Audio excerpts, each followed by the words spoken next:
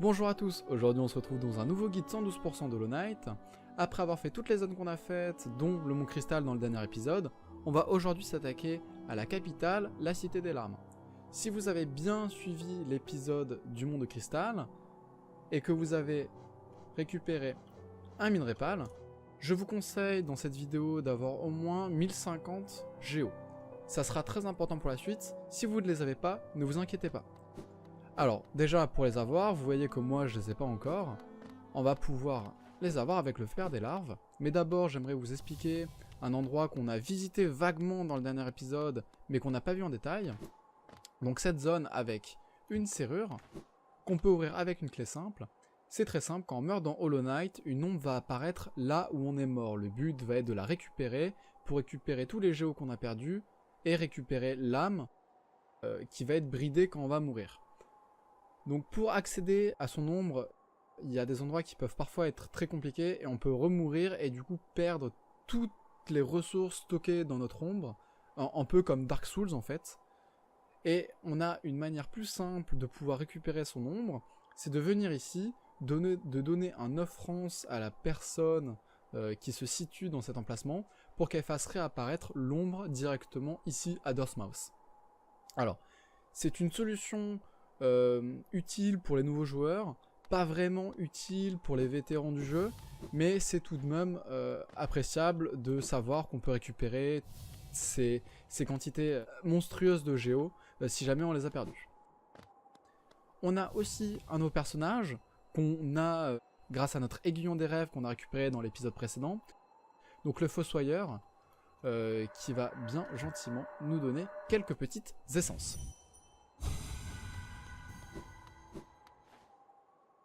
On va de suite récupérer du coup nos géos manquants, mais avant, petit endroit qu'on n'avait pas visité lorsqu'on est allé vers les mines pour récupérer un petit seau d'Hallownest. Et on va directement aller voir le père des larves avec un petit cristal d'ash, en évitant de se prendre les mouches, afin de récupérer un nouveau charme et plein de géos. Donc on va récupérer le champ des larves, qui va nous permettre d'avoir une quantité supérieure d'âmes à chaque fois qu'on va taper des ennemis. On va récupérer nos petits géos, ainsi que le dernier item, un offrance. Offrance du coup qu'on va pouvoir donner à la personne qui se situe en haut à Dormsmouth, là où c'est bloqué. On va aussi pouvoir récupérer, en faisant attention aux mouches, 3 petits dépôts de géo, ainsi qu'un arbre des rêves.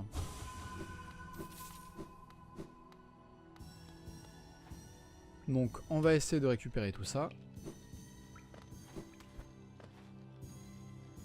Faites bien attention aux petites mouches.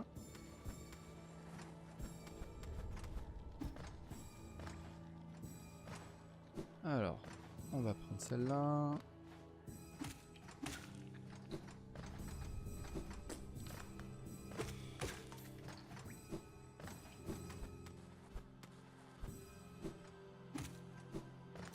Du coup, il nous en reste plus que 3 à récupérer normalement. Et les 2 dernières sont là, parfait. Donc on se retrouve avec 150 d'âmes pour l'instant. Maintenant, pour aller à la capitale, on va repasser par les cavernes nocives, qui se situent juste par là.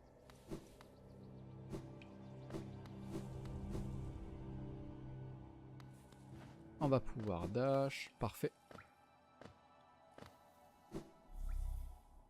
On va aussi faire un petit détour dans les cavernes nocives.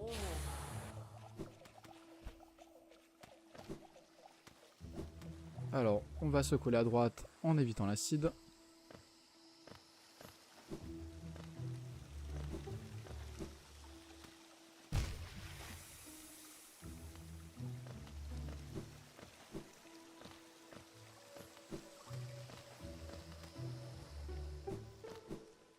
Passer par les champignons.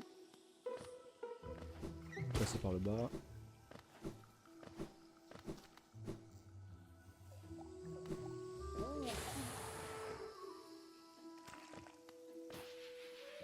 On fait attention aux petites boules qui nous mettent 2 cœurs de dégâts, on les touche. Et là, on va affronter, comme Xero, un mini-boss des rêves, donc, ou l'ancien.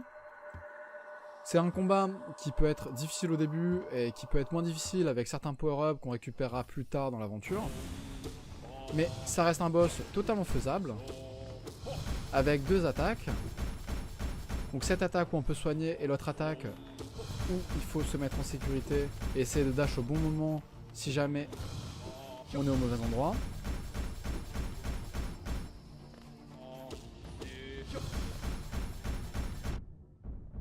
Hop, à ce moment on peut se soigner.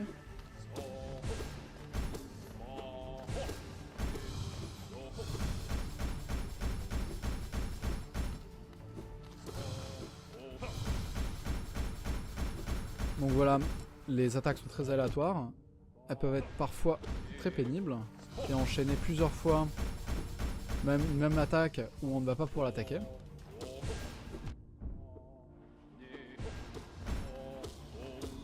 Mais après, il est quand même très facile à vaincre. Il nous donne une bonne quantité d'âme, ce qui nous permet facilement de nous régénérer. Il va jamais pouvoir achever tous nos cœurs d'un coup.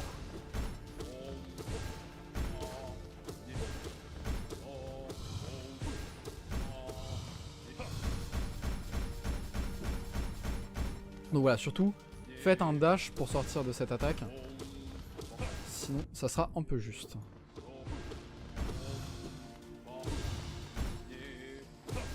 Alors ça serait bien de commencer à le tuer. Et on va pouvoir récupérer, comme Xero nous a donné 100 essences, lui aussi on va pouvoir récupérer ses 100 essences. Donc si vous voulez lire ce qu'il dit, faites-le. Moi je ne le fais pas pour que la vidéo avance un peu plus vite. Et on va pouvoir récupérer, voilà, ces 100 âmes. Alors après ça, on va directement se diriger à gauche.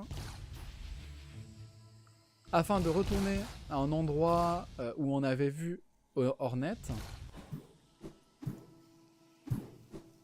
Hop, on va pouvoir directement passer par là. On va aussi pouvoir déverrouiller un petit passage qu'on n'avait pas débloqué dans l'épisode des cavernes nocives, qui n'est pas vraiment important, mais autant le débloquer. Et on va directement se diriger juste ici. Donc c'est ici qu'on avait vu Hornet, hein. Souvenez-vous-en. Alors là, on a un petit parcours à faire, mais vu qu'on a le Crystal Dash et que c'était pas forcément prévu qu'on l'ait à ce moment, on va pouvoir l'utiliser pour ne pas faire le parcours, sachant que le parcours est assez facile, même s'il n'y a aucune récompense à la clé à part déverrouiller les plateformes. On a ensuite l'armure de notre faux chevalier. On va pouvoir y insérer le blason de la ville afin de pénétrer la porte qui va se refermer directement derrière nous et qui va nous bloquer toute sortie. Alors, on retrouve des ennemis kamikazes ainsi que des ennemis qu'on avait vus aux routes oubliées, mais aussi de nouveaux ennemis qui vont eux protéger la capitale. Alors ils sont assez simples à vaincre.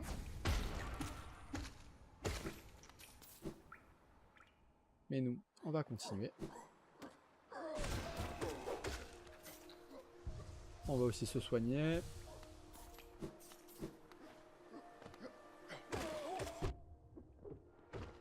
Alors il faut faire attention, ils ont une plus grosse allonge que vous, mais par contre ils résistent pas du tout. Au pogo.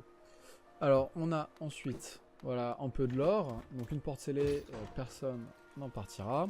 Donc qui fait référence à la porte qu'on a ouverte tout à l'heure. Et on va pouvoir continuer. Et se reposer sur un banc. Et pour voir aussi Quirrell, qui nous montre la capitale et qui nous explique la capitale. Donc nous, on va pouvoir descendre tranquillement. Rencontrer une nouvelle fois ces gardes. Pas très compliqué à vaincre.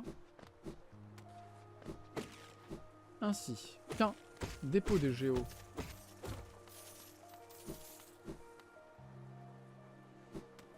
On va pouvoir activer l'ascenseur pour une raison qu'on verra plus tard. Et on va pouvoir se diriger à gauche. La raison des 1050 géo. Si vous les avez pas à ce moment-là, ce n'est pas grave. Vous pourrez y venir après un certain moment qu'on va voir tout à l'heure. Donc là, on va se diriger juste ici. Un endroit avec beaucoup d'aiguillons. Pour cause, on va directement voir le forgeron qui va nous permettre d'améliorer notre aiguillon. Donc on va l'améliorer une première fois pour 250 géo.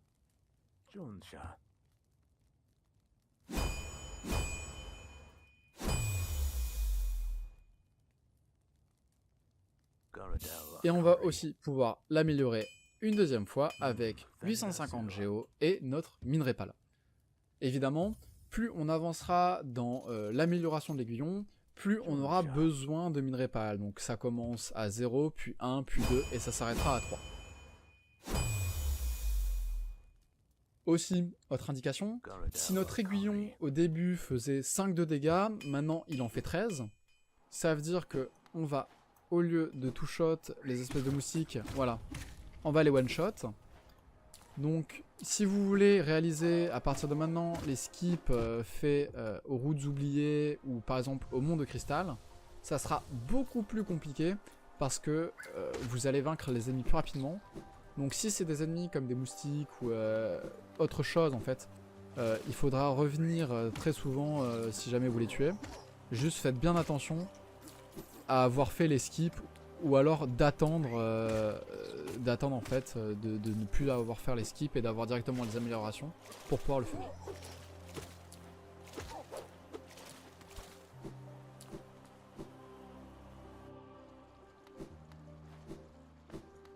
Alors, on va arriver dans une nouvelle zone très symbolique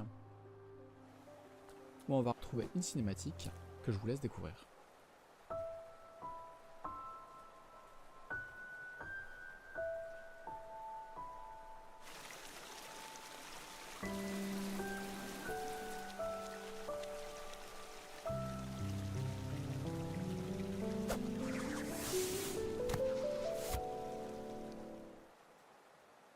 Voilà, on retrouve directement ici Hornet, qui va nous demander plus tard d'aller la rejoindre au fin fond de Halonest pour récupérer une sorte de marque. Pour l'instant, on n'y est pas encore, on découvre seulement un peu les zones du jeu. Et pour le coup, on va continuer d'explorer cette première zone de la capitale. Capitale du coup qui est bloquée par la droite, comme vous avez pu le voir.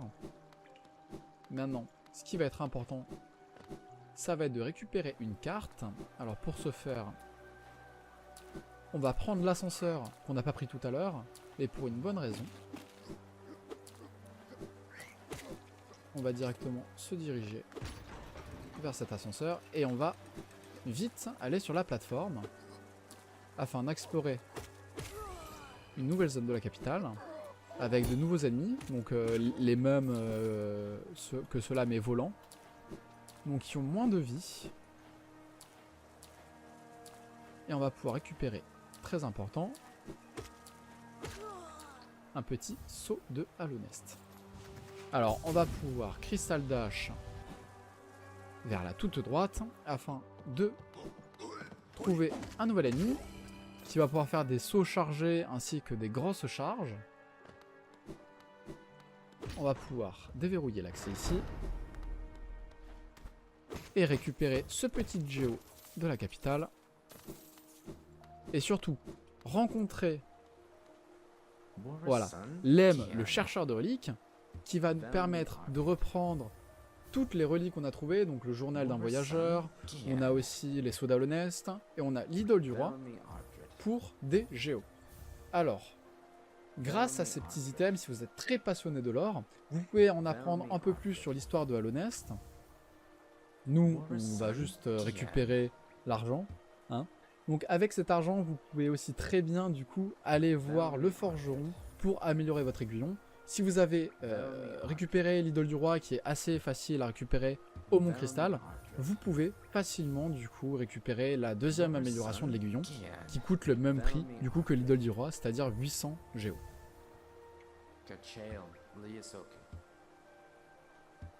Alors on va récupérer tout ça.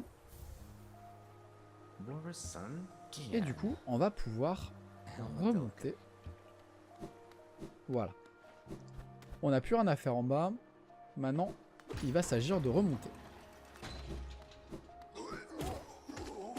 Donc voilà, on a nos ennemis avec leur charge.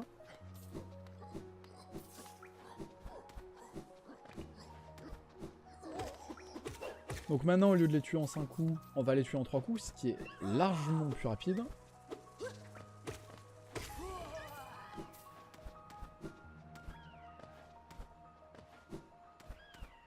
Donc on va tout monter pour après redescendre.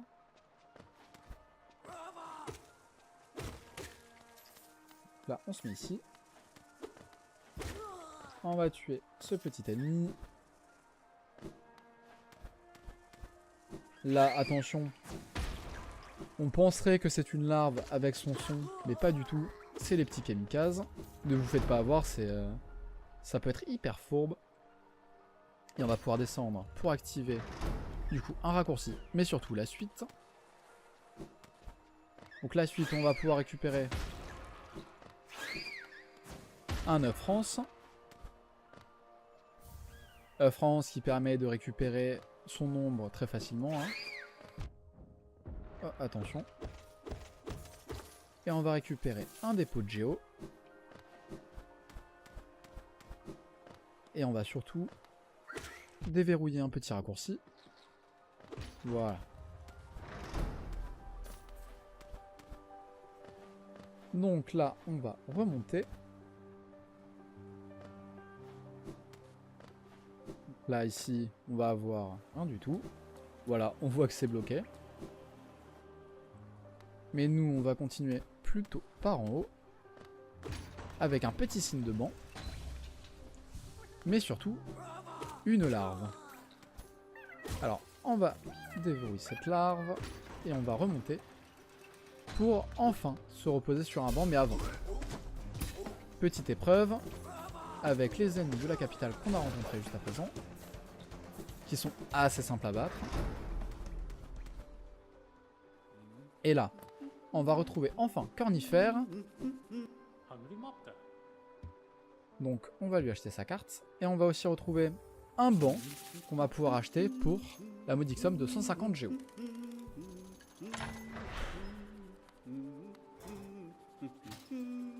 Alors on va pouvoir se reposer sur ce banc et regarder la carte. Donc la carte de la capitale, comme vous le voyez, est extrêmement grande. Là, vous le voyez pas encore bien, mais ça prendra une grande place à droite. Mais pour l'instant, on va aller du coup à la station de coléoptère qu'on a vue sur la carte.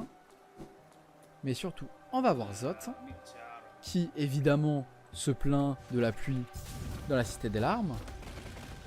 Et là, vous allez me dire, mais comment il pleut? Comment il fait pour pleuvoir dans la Cité des Larmes? C'est quand même pas habituel qu'il pleut dans une caverne. Pourquoi la Cité des Larmes pleut? Eh bien, vous allez le voir dans un prochain épisode. On verra l'explication de pourquoi il pleut directement dans la Cité des Larmes. Vous allez voir, c'est très marrant quand même. C'est une question qui ne restera pas sans réponse, ça c'est sûr. Bon, on va pouvoir récupérer un nouvel arbre à rêve. Donc on va pouvoir récupérer tout ça.